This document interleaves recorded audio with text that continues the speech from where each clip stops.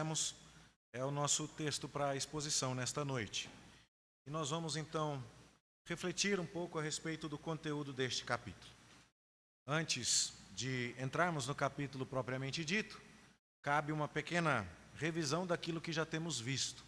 Se você perdeu as mensagens anteriores, você pode localizá-las no canal da nossa igreja. Todos os links estão no grupo de WhatsApp para os irmãos. E se você nos acompanha pela internet, o canal da igreja IPJA-GIM, Igreja Presbiteriana do Jardim América em Goiânia, tem todos os cultos e ali você pode resgatar as mensagens anteriores. O que nós aprendemos até aqui é que a batalha que começou no Jardim do Éden está tendo um assalto empolgante. Aquela luta em que o inimigo tem o primeiro nocaute e cai ao chão é justamente o episódio do Êxodo. Lá no Jardim do Éden conhecemos as duas partes. Satanás, que obteve algum domínio temporário sobre o primeiro casal, Adão e sua esposa. Mas Deus dizendo, eles não serão seus, são meus, eu os abençoei e não os amaldiçoarei. E agora então a serpente começa a dar os primeiros sinais da sua derrota, a receber sobre si os primeiros sinais da sua derrota. Ela que forçou ou induziu Adão e sua esposa a comerem o fruto proibido, agora vai comer pó todos os dias da sua vida. Ela fez com que o casal comesse o que Deus não queria que comessem. E agora ela comerá o que não quer comer. E ela que trouxe a morte e o pecado em sua sedução ao primeiro casal, agora já carrega por si, em sua própria estrutura, uma ideia de humilhação e morte. Ela tem que rastejar. E ela agora sabe que um descendente da mulher vai esmagar a sua cabeça e que ela será finalmente derrotada. No entanto, o que nós vemos é que essa derrota não é imediata. O enredo da história, a grande história que Deus escreveu para exaltar o seu filho na condição de herói e de Senhor dos senhores e Rei dos reis, ainda terá muitos capítulos. Então nós vamos ver a semente da mulher que carrega a bênção em conflito com a semente da serpente que carrega a maldição em muitos outros rounds, se assim podemos chamar esta briga. O round seguinte é quando Caim mata Abel, e parece que a serpente tem uma vantagem temporária. Mas Deus levanta 7 no lugar. E aí depois nós vamos ver outros desdobramentos dessa situação. Na família de Noé você tem Cã, que vê o pai nu e desdenha de seu pai, mas ele recebe uma maldição sobre o seu filho Canaã, e agora os cananeus são amaldiçoados, e os filhos de Sem, os semitas, são abençoados. E agora a gente começa a ler o restante da Bíblia, esperando um confronto entre judeus e cananeus. Esperando que Deus abençoará os filhos de Sem, os semitas judeus, e castigará a linhagem da serpente representada nos filhos de Cã, os cananeus. Não é por acaso que Deus vai tirar os hebreus, os semitas, do Egito e vai dar a eles a terra que atualmente está sob possessão dos cananitas. Então você vê a batalha se desenvolvendo. Depois você verá essa batalha dentro dos próprios filhos de Isaac, Esaú e Jacó. Esaú carregando a linhagem da serpente, Jacó carregando a linhagem da promessa. E agora aqui nós temos o desenvolvimento mais amplo disso. Nós já não estamos sequer falando numa linhagem ou numa família, mas nós agora estamos falando de povos. O povo egípcio, que descende de Cã, que é cananita, camita, se assim podemos falar, está oprimindo o povo hebreu, que descende de Sem. E agora então nós vemos que essa guerra de linhagens está atingindo proporções épicas. O Egito é um país extremamente poderoso, com grandes forças militares, uma produção agrícola tremenda, com uma tradição enorme, com reis gloriosos, com riquezas incomparáveis. E o Egito oprime a família de Jacó, os israelitas, os descendentes de Sem. E agora Deus se manifesta para dizer que as coisas não ficarão assim. E Deus chama Moisés. E lá no Monte Horebe, no Monte Sinai, Deus vai falar com Moisés dizendo, você vai até o faraó e vai dizer que ele deve libertar o meu povo. E como nós já vimos, Moisés hesita muito. Moisés arruma 4 desculpas e Deus recusa todas elas e fala: você vai. E no caminho em que Moisés está indo para lá, Deus inclusive se apresenta com juízo para o próprio Moisés, que sequer carregava ele mesmo no corpo de seu filho a marca desse pacto que Deus tinha com o seu povo. Possivelmente Gerson, o mais velho, talvez o segundo filho, Eliezer, não tivesse sido circuncidado, e Deus agora quer aplicar a sua ira sobre Moisés, mas isso é rapidamente corrigido por Zípora, e agora Moisés avança. Nós vimos que no capítulo 5, Moisés chega até o Egito, consegue uma audiência com Faraó, diz a Faraó que Deus mandou que ele libertasse o povo, e Faraó agora conversa com Moisés como se fosse um Deus. Eu não conheço esse seu Deus. E então se estabelece agora uma guerra que não é mais a guerra entre a linhagem de um e a linhagem de outro apenas. Não se trata de Caim matando Abel, não se trata agora de Esaú perseguindo Jacó, não se trata agora de Cã perseguindo Sem, mas se trata agora de um povo inteiro, os egípcios, perseguindo outro povo, os hebreus. Mas o que está por trás disso são os deuses egípcios que estão em combate contra o Deus dos hebreus. Então você precisa ter em mente muito claro aqui esses dois times: o time do Senhor, o time dos judeus, o time que carrega a linhagem da promessa, e o time da serpente, o time dos egípcios, o time que carrega a linhagem amaldiçoada. Esse é o palco. E aqui então a batalha que começou pequena no livro de Gênesis, um irmão contra outro, depois um povo contra outro, agora um país enorme, uma multidão contra outra, mas o palco é de guerra entre deuses. E por isso Faraó diz assim: eu não conheço o seu Deus. E ele fala com Moisés como se ele próprio fosse Deus. E aí então você vê que quando Moisés chega a Faraó e diz: assim diz o Senhor, Faraó chega ao povo e manda dizer: assim diz Faraó. E agora fica claro, Faraó se sente Deus e está combatendo a alguém e algo que ele não reconhece como Deus. Quem é o Deus verdadeiro? Quem é o Deus vencedor? Quem é o Deus do time que triunfará? E é assim que nós precisamos ler essa história. E nós vimos que num primeiro momento, com a opressão de Faraó, assim diz Faraó, vocês vão fazer tijolos sem palha agora, nós vimos que os hebreus recuam, e que eles vão até Faraó dizendo: os teus servos estão sendo injustamente atormentados. Os próprios judeus ainda se declaram servos de Faraó, e não servos do Senhor. E essa é a libertação que precisa acontecer aqui. O povo judeu precisa entender que Deus os chamou para servi-lo. Eles mesmos ainda não entenderam isso. Moisés demorou a entender, mas os israelitas também demoraram a entender. E a demora de Deus é o cenário que está no pano de fundo desses capítulos que nós veremos aqui. Deus demorará de propósito, porque a sua demora é pedagógica, a sua demora é didática. Deus quer que aquele povo aprenda.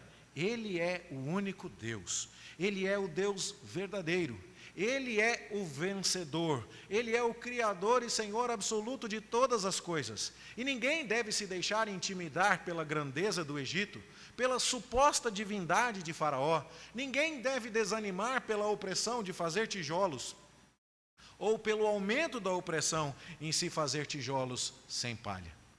Mas nós estamos falando de gente. Você já deve ter ouvido falar que uma barriga vazia não tem ouvidos. Quando se vai fazer alguma obra de assistência social e se quer ensinar alguém a aprender, por exemplo, a ler e escrever, tem que caprichar na merenda, senão a criança não aprende. E a mesma coisa acontece aqui. Se as costas estão doendo pelo chicote de Faraó, se as coisas estão difíceis por causa da opressão em se fazer tijolos, o povo tem dificuldade em aprender que o Senhor é o único Deus. E o que nós vamos ver aqui é que nessa demora e no meio das aflições, Deus quer ensinar o seu povo. Então cheguemos agora, portanto, aos versos iniciais do capítulo 6. Verso 2 diz assim, verso 1. Disse o Senhor a Moisés: agora verás o que hei de fazer a Faraó, pois por mão poderosa os deixará ir, e por mão poderosa os lançará fora da sua terra. Nós vimos na semana passada que o primeiro pedido de Deus a Faraó, através de Moisés, não foi para ele libertar todo mundo. Foi um pedido assim: deixa o meu povo andar 3 dias em direção ao deserto para que me adore. É claro que ninguém falou nada sobre voltar. E alguns chegaram a pensar que havia uma certa malandragem nesse pedido. Deixa o meu povo ir e, como eu não prometi voltar, ninguém volta. Mas não é essa a ideia. A ideia é que Faraó também está aprendendo. E quando o Faraó recusa ordens menores, Deus se apresenta com exigências cada vez maiores. E agora Faraó vai sofrendo consequências de sua desobediência, consequências essas cada vez maiores também. E aí então, quando Faraó não atende e Moisés desanima, Deus diz assim: calma, Moisés, porque agora você verá a minha mão poderosa se manifestando. O que fica claro aqui é que Deus está mais preocupado em ensinar sobre quem Ele é e sobre o que Ele é capaz de fazer, do que em trazer conforto imediato. E esta é uma lição que nós precisamos levar para a vida. Deus não está preocupado que você tenha uma vida confortável em primeiro lugar. Deus está preocupado em que você aprenda sobre quem Ele é, e esta lição é mais importante. E muitas vezes o conforto nos distrai, o conforto nos faz surdos, porque a vida está boa, não mexe com isso. E é exatamente através da aflição que nós costumamos prestar um pouco mais de atenção. C.S. Lewis dizia que o sofrimento é o megafone de Deus para os nossos ouvidos surdos. Quem é que já não passou por isso? Meu pai, 75 anos, fumava desde os 14. Fumou por 61 anos. E sempre dizia: não consigo parar, não consigo parar. Um dia começou a tossir sangue. Voltou do médico com um diagnóstico de câncer de pulmão. E o médico falou: se você fumar mais um cigarro, eu não te atendo, porque você terá meses de vida. Ele parou no dia seguinte. O que aconteceu? O chicote. Ele ouviu. E muitas vezes é assim que acontece conosco. Nós dizemos: não dá, não consigo, não estou interessado. Mas a aflição nos traz as lições. E Deus está falando com Moisés desanimado: olha só, Deus, o Senhor me mandou, eu falei com o Faraó e disse: assim diz o Senhor. O Faraó responde como se fosse Deus: assim diz Faraó, e oprime o povo, e manda o povo fazer tijolo sem palha. E agora ninguém quer me escutar. Por que o Senhor me mandou aqui? E Deus está falando: calma, eu não perdi o controle de absolutamente nada. Eu estou ensinando o meu povo e agora todos vocês verão a minha mão poderosa. O que fica claro, portanto, é que Deus não perdeu o controle de nada. Quando Moisés fala com Faraó e Faraó dobra a aposta, Moisés fala grosso, Faraó fala mais grosso ainda, parece que tudo andou para trás. E não é verdade. Deus está dizendo: calma, Moisés, isso tudo está servindo para que vocês aprendam mais sobre o meu poder. Eu não me esqueci de nada, eu continuo no controle de todas as coisas. E é sobre isso que Deus avança falando, a partir do verso 2. Falou mais Deus a Moisés e lhe disse: eu sou o Senhor. Aparecia a Abraão, a Isaque e a Jacó como Deus Todo-Poderoso, mas pelo meu nome, o Senhor, não lhes fui conhecido. Aqui nós temos um certo problema, que não é difícil de resolver, mas que foi mal explorado por muita gente. Tem gente que olha para a Bíblia à procura de erros, à procura de pontos de fraqueza, e olha para este texto e diz assim: está vendo como a sua Bíblia é fabricada?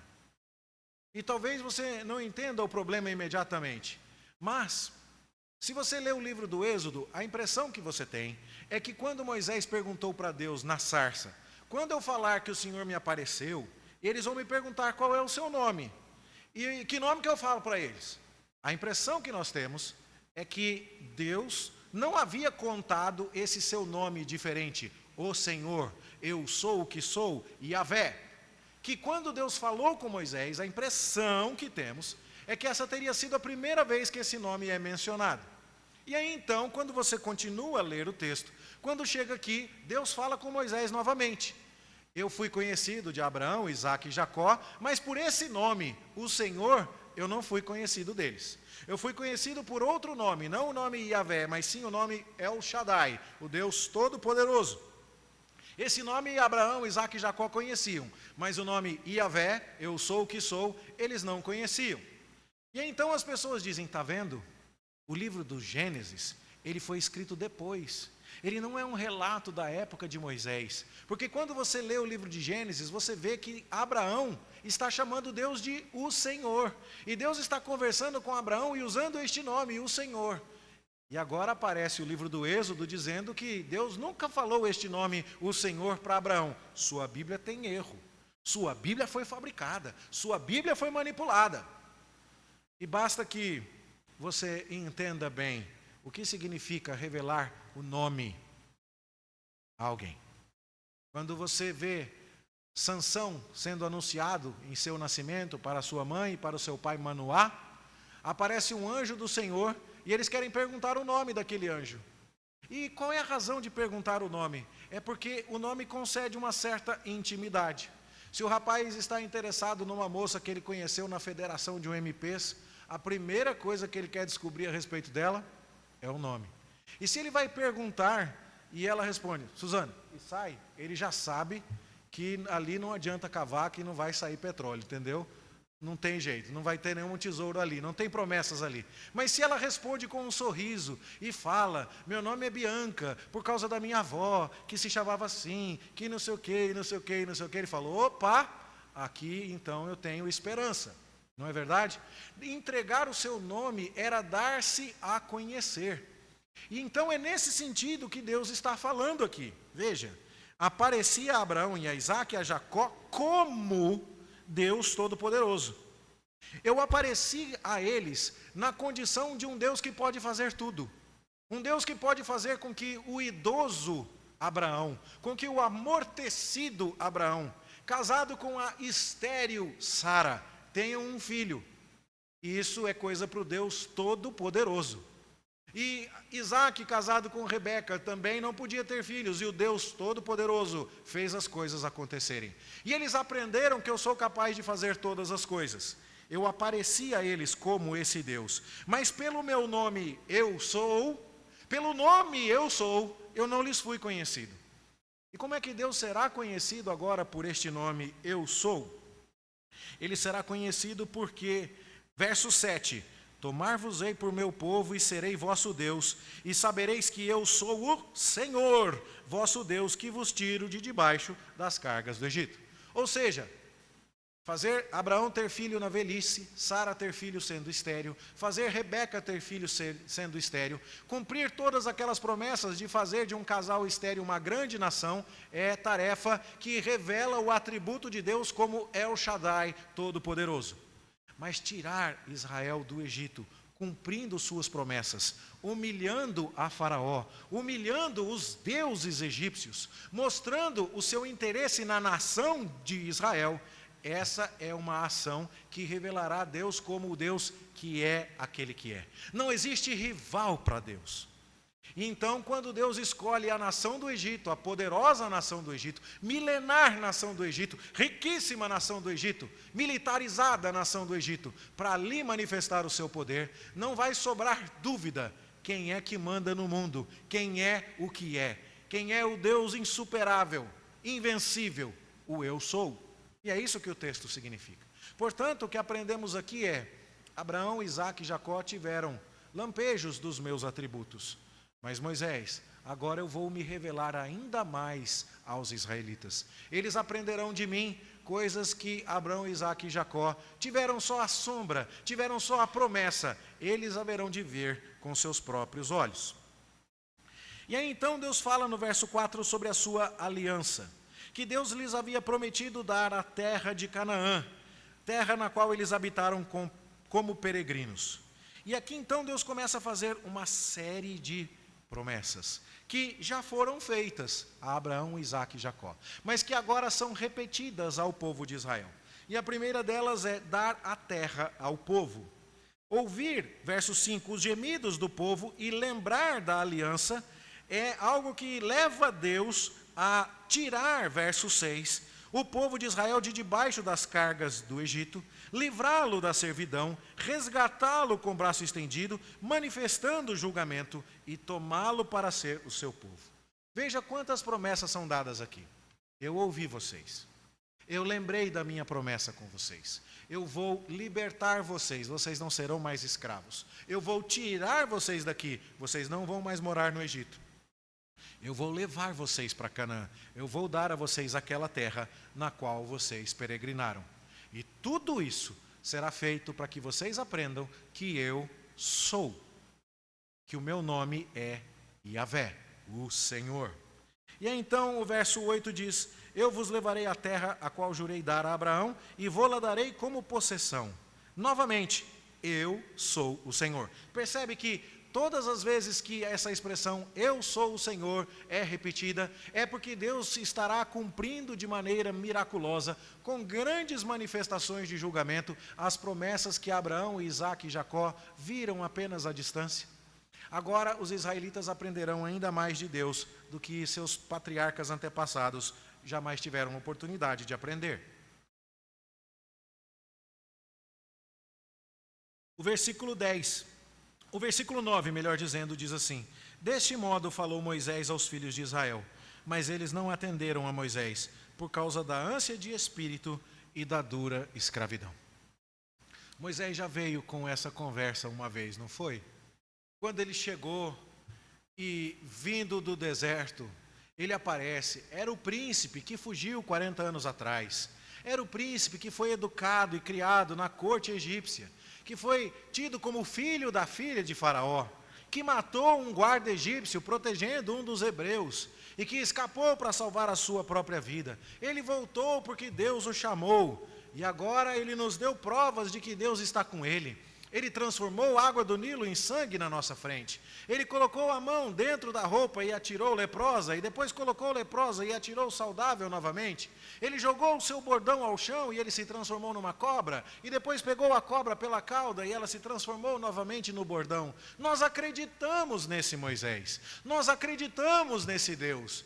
E eles foram, Moisés e Arão, até Faraó, e olha só o que deu, mesmo número de tijolos sem palha. Olha só no que deu. É muito perigoso acreditar novamente. E aqui, meus irmãos, nós temos uma lição interessante. Talvez você já conheça alguém que começou a trilhar o caminho da fé, que começou a acreditar, que começou a congregar numa igreja e, de repente, teve algum tipo de frustração. Pode ter sido um líder que cometeu algum pecado escandaloso, pode ter sido um irmão que manteve um relacionamento abusivo, interesseiro. Pode ter sido uma doutrina falsa que foi comunicada e que trouxe prejuízo à vida da pessoa. Gente que teve um primeiro contato com Deus e, sofrendo algum tipo de decepção, resolveu se recolher. Os israelitas estavam fazendo assim, e quem pode culpá-los?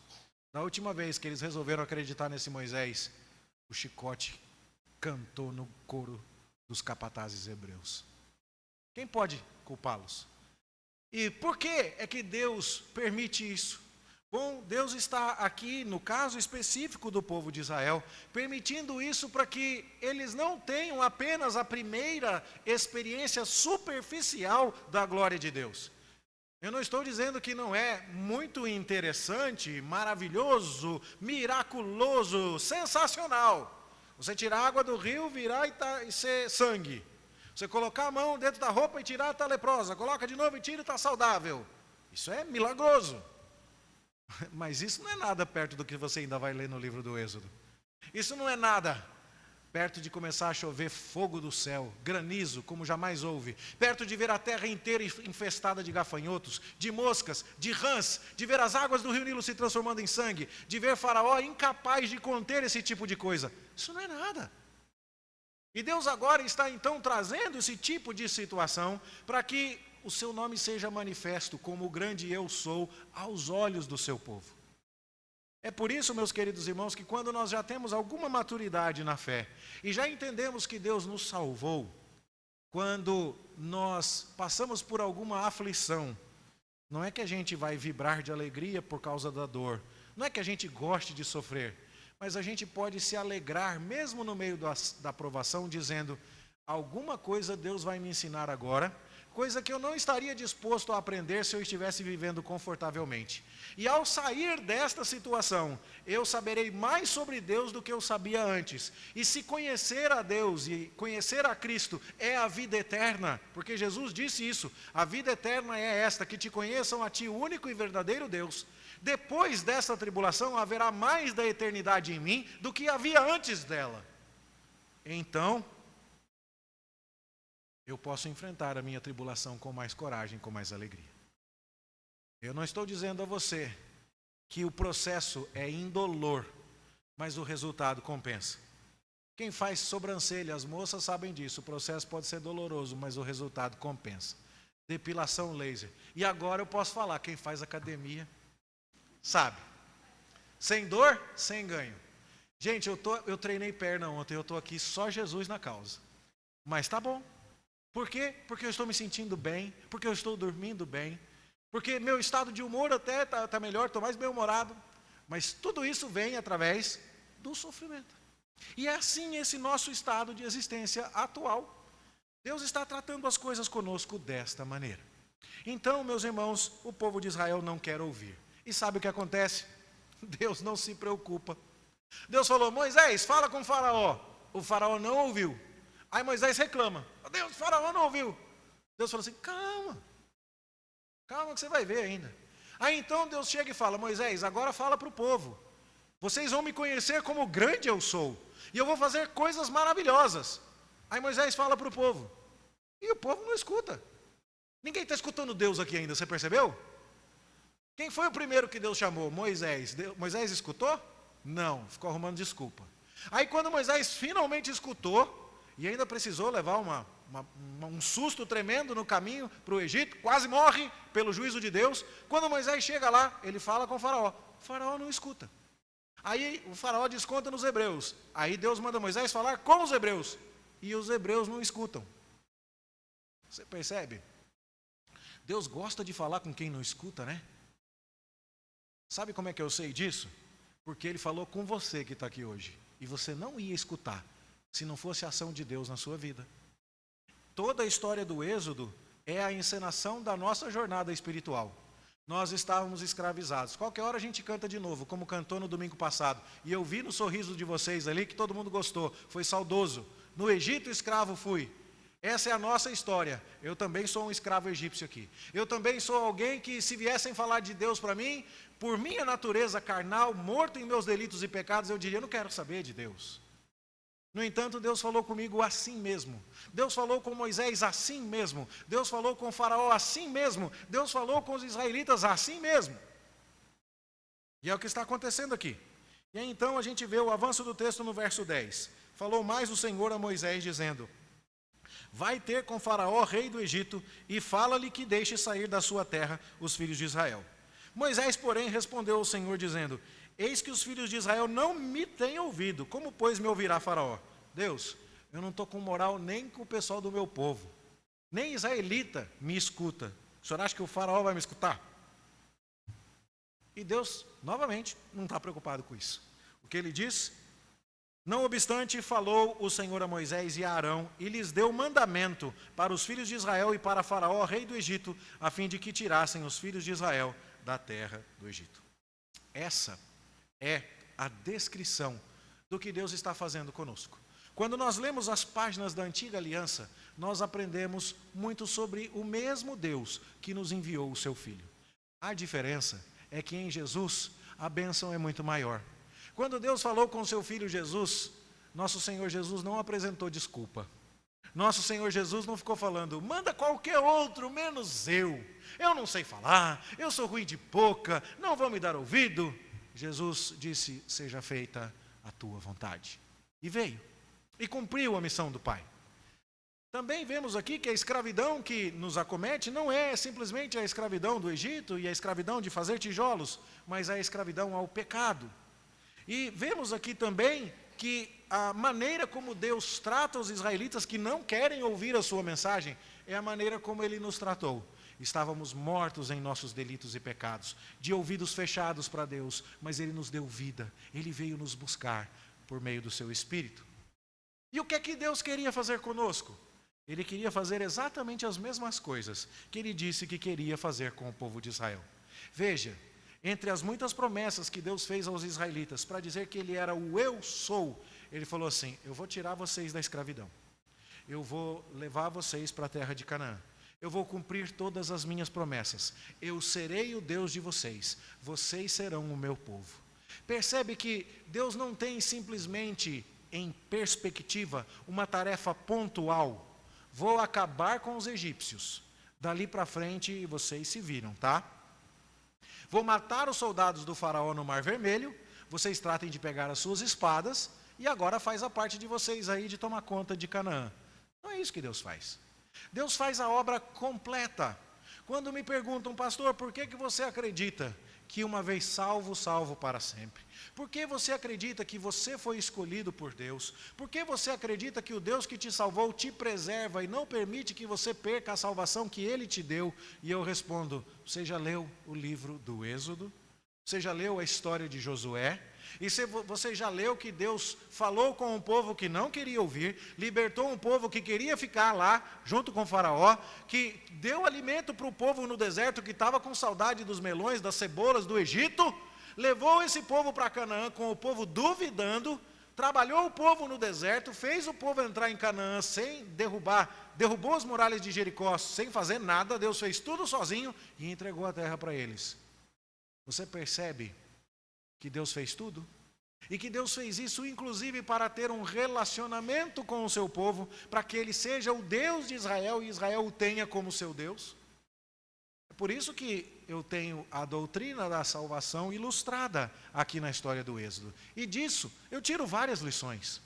Não apenas a ideia da soberania de Deus no processo de salvação, do seu chamado irresistível, da sua graça que me preserva, mas eu tiro também a ideia de que Deus me liberta com uma agenda em mente.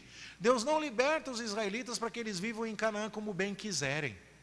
Deus liberta o povo de Israel para ser o seu Deus, para receber a adoração do seu povo, para que o seu povo os sirva. E é assim que ele fala com o faraó: deixa ir o meu povo para que me sirva, para que seja o meu povo, e vocês vão me conhecer pelo meu nome, e eu serei o Deus de vocês, e vocês serão o meu povo. Deus está interessado em relacionamento. E é por isso que quando eu leio esse texto, eu torno a avisar aquelas pessoas que acham que sua vida com Deus é uma vida de momentos, que é uma vida de atos. Levou até a igreja, foi batizado, tomou Santa Ceia uma vez, pode voltar o ano que vem, porque já está com o nome escrito no livro da vida. Deus nunca pensou nada parecido com isso. Deus chamou o povo para ser seu. Deus chamou o povo para servi-lo. Deus chamou o povo para adorá-lo. Deus libertou o povo para estar no meio deles. Deus está fazendo a obra que começou a ser feita lá no Jardim do Éden. Lá no Éden, ele e o primeiro casal eram vizinhos, moravam juntos, estavam andando juntos pelo Éden durante o dia, na viração do dia. E agora o homem peca e é expulso. E agora Deus vem até esse povo e manda Moisés construir uma tenda para habitar no meio deles. Sabe o que está acontecendo? Novamente, Deus e o homem serão vizinhos. Deus e o homem eram vizinhos no Jardim do Éden, mas o pecado fez o homem ser expulso. Agora, Deus vai tirar o povo do Egito e lá no deserto vai construir uma tenda e vai habitar no meio do seu povo e vai ser vizinho do seu povo novamente. A ideia, portanto, e o plano de Deus e a agenda de Deus é que você entenda todas estas coisas em conjunto. Deus não está interessado apenas então somente em levar você para o céu, vivendo você a vida que você quer. Não é isso que Deus faz, em lugar nenhum da Bíblia. Não é essa ideia de levantei a mão um dia, fui lá na frente, alguém fez uma oração por mim, eu chorei de joelhos e disse que aceitava Jesus e pronto, e agora Ele já me salvou e agora deixa eu viver minha vida porque a minha eternidade está resolvida. Essa não é uma religião que a Bíblia pregue. Deus chamou a mim e a você para sermos dele, para sermos o seu povo, para vivermos diante dele, para que a nossa alegria fosse ele, para que nós o conhecêssemos como o Senhor, e a cada dia que nós o conhecemos mais, nós possamos conhecê-lo mais, nós possamos dizer: Deus, como o Senhor é lindo, como o Senhor é maravilhoso, como a tua palavra é sábia, como é prazer para o meu coração aprender do Senhor, entender melhor o Senhor. Deus quer que nos deslumbremos com ele, como Moisés e os israelitas haveriam de se deslumbrar, de um jeito que Abraão, Isaque e Jacó não haviam entendido. Só que eu e você podemos fazer isso ainda mais. Por quê? Porque Deus mostrou isso tudo aos israelitas através de Moisés. Mas Deus mostrou coisas ainda maiores para nós, através de Jesus. E você percebe uma seção estranha para terminar o capítulo 6, uma genealogia. E a primeira pergunta é: o que esse monte de nome está fazendo aqui, não é verdade? E eu acredito que depois de termos estudado Gênesis, né, a gente começa a ficar um pouco mais otimista com relação às genealogias, né? Eu me lembro principalmente do sermão sobre a genealogia de Esaú. Vários irmãos falam: pastor, como é que tinha tanta coisa lá, né? Porque realmente as genealogias são ricas. E aqui nós temos a genealogia de Moisés e de Arão. E a pergunta é: o que a genealogia de Moisés e Arão está fazendo aqui? Bom, você tem algumas pistas. Primeira delas, veja o versículo 26. São estes Arão e Moisés. É curioso que o nome de Arão veio na frente, né? Embora no final está dizendo lá do verso 27, são estes Moisés e Arão. Ok, pode ser poético isso, mas o fato é que nós estamos aprendendo mais sobre Arão, aqui nesta genealogia, do que sobre o próprio Moisés. É porque eles estão indo em dupla. Moisés foi o comissionado, mas Arão é o seu porta-voz. Moisés é que tem a boca presa, sei lá como, alguns dizem que era gago, nós não sabemos. Arão é que falava fluentemente. E os dois é que estão indo até Faraó. Quem são estes homens que Deus está usando? Se você já leu o livro do Êxodo até aqui, você sabe a história de Moisés. Você sabe que era para ele ser jogado no rio Nilo, que a mãe dele o colocou numa arca calafetada com betume, que nos lembra da história de Noé, que a filha de Faraó o tirou dali e o criou como seu filho, o chamou de Moisés, tirado da água, e aquela coisa toda. E então você sabe que ele foi um príncipe do Egito, e essas histórias eram todas conhecidas dos hebreus que estavam saindo do Egito para ir para Canaã. Mas e Arão? Podia ser conhecido de alguns, mas não tanto como um príncipe que agora retornou do deserto. E aí então essa genealogia meio que legitima Arão como alguém que Deus vai usar.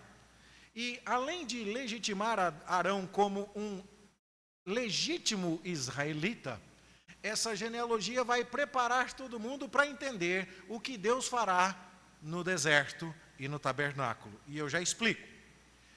Você provavelmente sabe que Deus disse que só oficiariam no tabernáculo os sacerdotes e os levitas. E para você ser sacerdote, você tinha que ser descendente de Levi, e para ser levita tinha que ser descendente de Levi, isso é mais óbvio. Mas para ser um sacerdote, você tinha que ser descendente de Levi, passando por Arão. E aí então, Deus dá este privilégio específico a Arão, o que é meio natural, depois de Deus ter usado Arão ao lado de Moisés durante esse tempo todo. Mas qual é a história de Arão? E aí nós começamos a ver aqui a genealogia. E agora, você percebe no verso 14 que a genealogia começa com os filhos de Ruben. E o texto diz: são estes os chefes das famílias, os filhos de Ruben. Ruben, você sabe, é o filho mais velho de Jacó. Foi ele que se deitou com a concubina do seu pai depois da morte de Raquel, com a serva de Raquel, e por isso mesmo foi deserdado por Jacó. Ele não seria aquele que carregaria a bênção. Depois o próximo filho é Simeão, que junto com Levi, os dois, no episódio de Diná, que foi violentada pelos príncipes de Siquém, cometeram aquela trairagem, não é, mandando os príncipes siquemitas se circuncidarem numa promessa de casamento, e no meio do caminho mudaram a sua palavra e mataram os homens que se recuperavam da cirurgia da circuncisão. O que nós encontramos aqui é a linhagem de Ruben, de Simeão e de Levi. E sabe o que é curioso? Não se fala mais de nenhum outro filho. Qual era o quarto filho? Judá. Judá, o filho que inclusive ia carregar a bênção. Jesus é o leão da tribo de Judá. E você repara que o texto não chega até Judá. E por quê? Porque não se trata aqui da preocupação de qual será o filho que herdará a linhagem real. Trata-se de apresentar ao povo de Israel Arão como o sumo sacerdote, que está ao lado de Moisés e que vem da tribo de Levi. Então, o verso de número 14 apresenta os filhos de Ruben, o verso de número 15 apresenta os filhos de Simeão, e o verso 16 apresenta os filhos de Levi. E pronto, pode procurar, você não vai encontrar os filhos de Judá, de Issacar, de Zebulon, de Naftali, de Dan, de Azer, de Gade. Você não vai achar. Só se apresentam 3 filhos, e pouca coisa se diz de Ruben, pouca coisa se diz de Simeão, muita coisa se diz de Levi. Então, a ênfase aqui é sobre a linhagem sacerdotal. E Levi tem 3 filhos, verso 16, Gerson, Coate e Merari. Os gersonitas, os coatitas e os meraritas serão responsáveis pelo transporte do tabernáculo. Quando Deus dá ao povo de Israel uma tenda que será montada no deserto, cada tribo tem o seu papel. Eu não sei de cor. Quando estudar mais à frente isso, é capaz que eu decore novamente. Eu já decorei uma vez, mas agora eu esqueci. E não é importante para nós no momento. Uma dessas tribos era encarregada de desmontar o tabernáculo. A outra era encarregada de embrulhar. E a outra era encarregada de carregar. E cada um fazia a sua parte. E era um privilégio tremendo para eles. Gersonitas, coatitas e meraritas. Eles estão sendo apresentados aqui. Eles já estão vivos quando o povo de Israel está saindo do Egito. E eles vão carregar o tabernáculo por 40 anos pelo deserto, até chegar em Canaã. Eles são introduzidos aqui, dando, portanto, uma ideia. Pessoal, está todo mundo preocupado. Será que Deus vai conseguir mesmo? Vocês viram o que aconteceu da última vez que Moisés foi falar com o faraó? Mais chicote no lombo, mesma quantidade de tijolo, menos palha. Será que Deus vai mesmo conseguir fazer isso?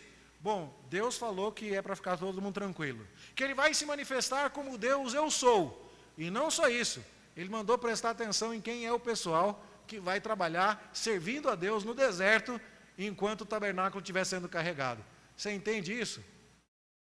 É Deus tomando providência. Imagina que vovô está morrendo e fala para você que vai deixar o terreno para você. Mas você não tem muita certeza, que o vovô não está com pressa de ir no cartório fazer escritura e está tossindo muito, o pobre velho. E aí, você fica naquela dúvida e chega de repente e ele entrega para você um relógio daqueles de cuco que fica na parede da sala dele. E ele fala assim, ó, esse relógio aqui eu quero que você coloque na casa que você vai construir no terreno que eu vou te dar. Aí você fala assim, uau, ele começou a tomar providências como quem de fato pensa em me doar o terreno. Quando Deus apresenta a genealogia e a linhagem dos homens que vão liderar o povo de Israel no deserto, é porque Ele está falando sério. Não precisa ficar preocupado, não. Deus vai fazer tudo. E deixa eu te apresentar quem são as pessoas que vão te liderar lá. Quem são as pessoas que vão falar com o faraó, vão levar a minha voz até faraó e vão conduzir vocês durante todo o deserto. Então a genealogia sim se justifica. E o que nós vemos aqui? Nós vemos que aparecem dados, inclusive, sobre o pai de Moisés, Amrão, verso 20, e a sua mãe Joquebede, que por sinal era sua tia, né? Tia de Amrão, e ela dá à luz a Arão e Moisés, que são irmãos. E aí, então você vai ter vários outros nomes aqui, nomes que serão importantes na história posterior. Os próprios filhos de Arão, que nós conhecemos, e eles estão lá no verso 23, Nadab, Abiú, Eleazar e Itamar.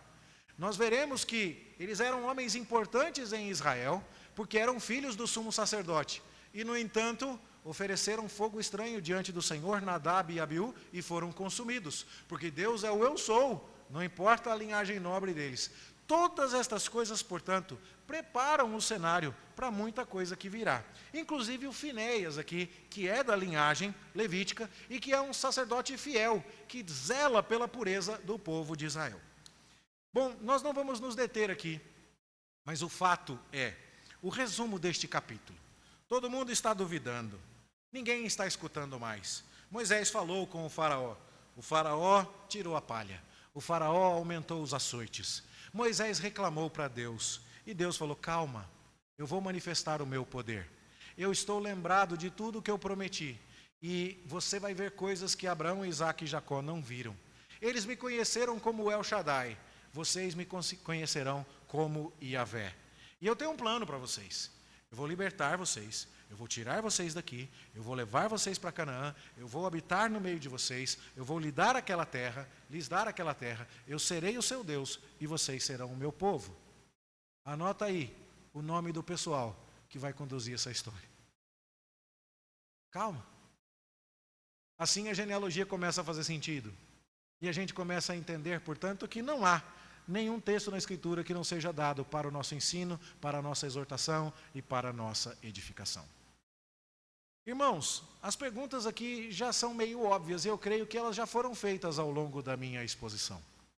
A pergunta é, tem alguém que, figuradamente, andou levando alguma chibatada nas costas dos capatazes de Faraó e está com o ouvido meio surdo às promessas de Deus? Você entende? Deus está falando, pera, daqui a pouquinho vocês vão me conhecer de um jeito que Abraão, Isaque e Jacó não conheceram. Confia. Olha aqui, ó, eu tenho um plano, vou tirar vocês, vou libertar, vou dar Canaã, vou habitar no meio de vocês, serei o seu Deus. Mas o povo não escuta, porque o povo está dando mais ouvido à voz do trauma. O povo está dando mais ouvido à voz da dor. O povo está mais interessado em comodidade do que em santidade. Será que tem alguém aqui hoje à noite que está mais preocupado em ter uma vida tranquila do que em conhecer Deus como o grande eu sou? Esta é uma pergunta que nós precisamos nos fazer. Nossos ouvidos estão surdos? Nós estamos recusando a voz de Deus em nome de alguma outra coisa que parece nos interessar mais do que o próprio conhecimento de Deus? Esta é uma questão. Uma segunda questão que precisamos nos perguntar. Nós entendemos que o plano de Deus para nós tem começo, meio e fim, e que Deus não está interessado em fazer conosco as etapas 1 e 2 e deixar o resto ao nosso próprio entendimento? Deus não está interessado em libertar você de Faraó, em tirar você do Egito, introduzir você em Canaã e depois deixar você viver a vida que você quer. Tanto é que os israelitas tentaram isso, e o que aconteceu com eles? Foram exilados. Deus não está interessado em salvar você sem ser o seu Senhor. Ou Jesus é o Senhor da sua vida, ou Ele não é o seu Salvador. Ou você se curva a Jesus e às suas exigências, e agora a sua vida é vivida pelo senhorio dEle, ou não ouse você julgar-se salvo por alguém que é o seu Salvador, mas não é o seu Senhor. No livro dos Atos dos Apóstolos, a contagem é muito clara. Eu ouço alguns números diferentes e eu mesmo nunca parei para contar. Mas é alguma coisa em torno de 13 vezes no livro dos Atos dos Apóstolos, os discípulos de Jesus apresentam Jesus como Salvador. Mas 97 ou 110 vezes, nas contagens diferentes, eles apresentam Jesus como Senhor. Jesus está interessado em que você o confesse como seu Senhor, como o dono da sua vida, como aquele que te comprou. Você precisa olhar e falar, o escravo era eu, o surdo era eu, quem não escutava era eu, quem estava com as costas doendo era eu, quem não queria saber era eu, e Deus foi lá e me trouxe, e agora eu sou dele, e ele é meu Deus, e eu sou o seu povo. E é assim que eu vou viver para Ele, servindo, adorando, trabalhando, glorificando ao Senhor. A Escritura não conhece outro tipo de relacionamento entre Deus e o seu povo. Nós também podemos aplicar isso aqui pensando, meus irmãos, nas genealogias mais uma vez. Todas as partes da Bíblia são importantes. E agora, eu creio que nós temos crescido nessa compreensão. Quando nós formos estudar agora Nadab e Abiú, os filhos de Arão, que morrem fulminados no tabernáculo, por desrespeito ao culto instituído por Deus, nós vamos nos lembrar aqui. Quando nós formos lembrar que Deus consagrou Arão como sumo sacerdote, aquele que tinha autorização para entrar no Santo dos Santos, nós vamos ver que ele vinha da tribo de Levi. Quando nós olharmos então as outras coisas que vão acontecer, nós veremos que todos os nomes que aqui estão dados são importantes. Mas nós veremos uma coisa mais importante ainda. Você olha para o sacerdócio ao longo da Escritura e você vê que por diversas e diversas vezes os sacerdotes ensinaram por interesse. Lembra dos filhos do sumo sacerdote Eli, que eram corruptos, que se alimentavam dos sacrifícios ali, que tentaram manipular Deus, levando a Arca da Aliança para a guerra com os filisteus? E você olha para isso, e olha para este texto e diz assim: espera aí, eu preciso de alguém melhor ainda do que Arão. Você percebe lendo a Escritura que o Moisés não serve. Ele já começou dando sinais de fraqueza ali. Você lê o texto de Arão, e você já sabe que Nadab e Abiú, filhos de Arão, morreram. E você lê, inclusive, vários outros aqui, e tem outros que lideraram revoltas, como a revolta de Corá, descendentes de Arão que não serviram. E aí então eu e você ficamos esperando alguém que seja melhor do que Moisés, alguém que seja melhor do que Arão, para nos dar uma libertação melhor e mais profunda do que aquela libertação que Deus deu, revelando-se como o eu sou aos israelitas. E nós sabemos muito bem quem é esse melhor. É o Senhor Jesus.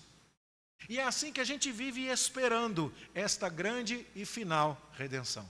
Já fomos libertos do pecado, já não estamos mais debaixo das garras de Satanás, mas ainda estamos experimentando as dificuldades e as dores da peregrinação no deserto. Ainda estamos sendo trabalhados por Deus em nossas lutas diárias, mas esperamos aquele que é melhor do que Moisés, aquele que é melhor do que Arão, e que voltará e nos fará felizes com ele para todo sempre. E é assim que nós devemos ler esse texto. E é assim que nós devemos terminar esse culto.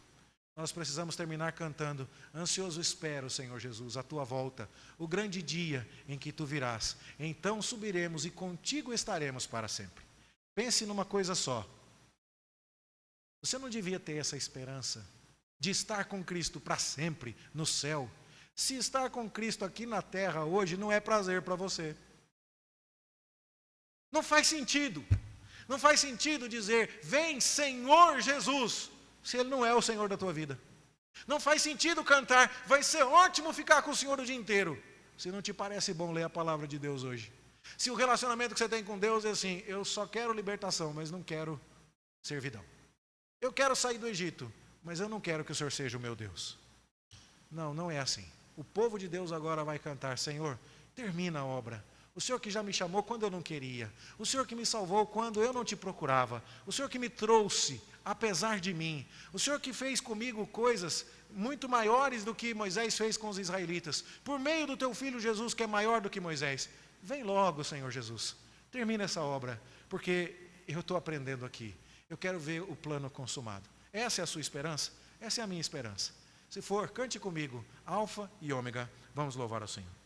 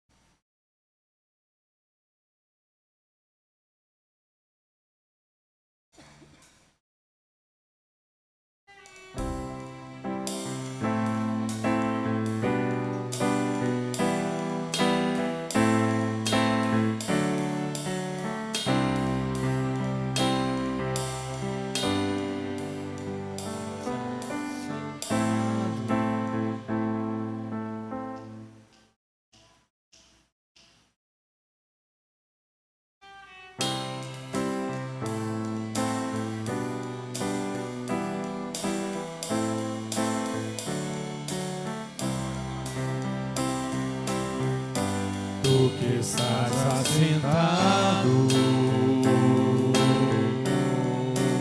no trono, sempre reinando, soberano,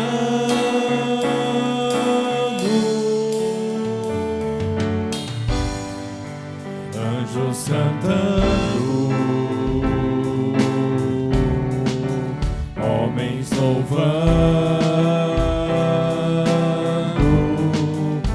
Deus reunido com seu povo, ó Alfa, Ômega, Cristo, Filho, ó vem, ó vem, ó vem, Senhor Jesus. Ansioso espero a sua volta, o grande dia em que tu virás. Então subiremos, contigo estaremos para todos sempre. Aleluia, Maranata, Cristo, Filho, Mestre, ó vem, ó vem, ó vem, Senhor Jesus.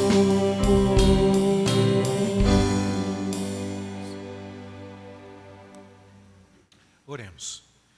Pai, nós te agradecemos porque o Senhor é um Deus que nos assiste em nossa incredulidade. O Senhor teve paciência com Moisés, muita. O Senhor teve paciência com os hebreus, muita. O Senhor também tem paciência conosco e nos ensina, Pai. Quando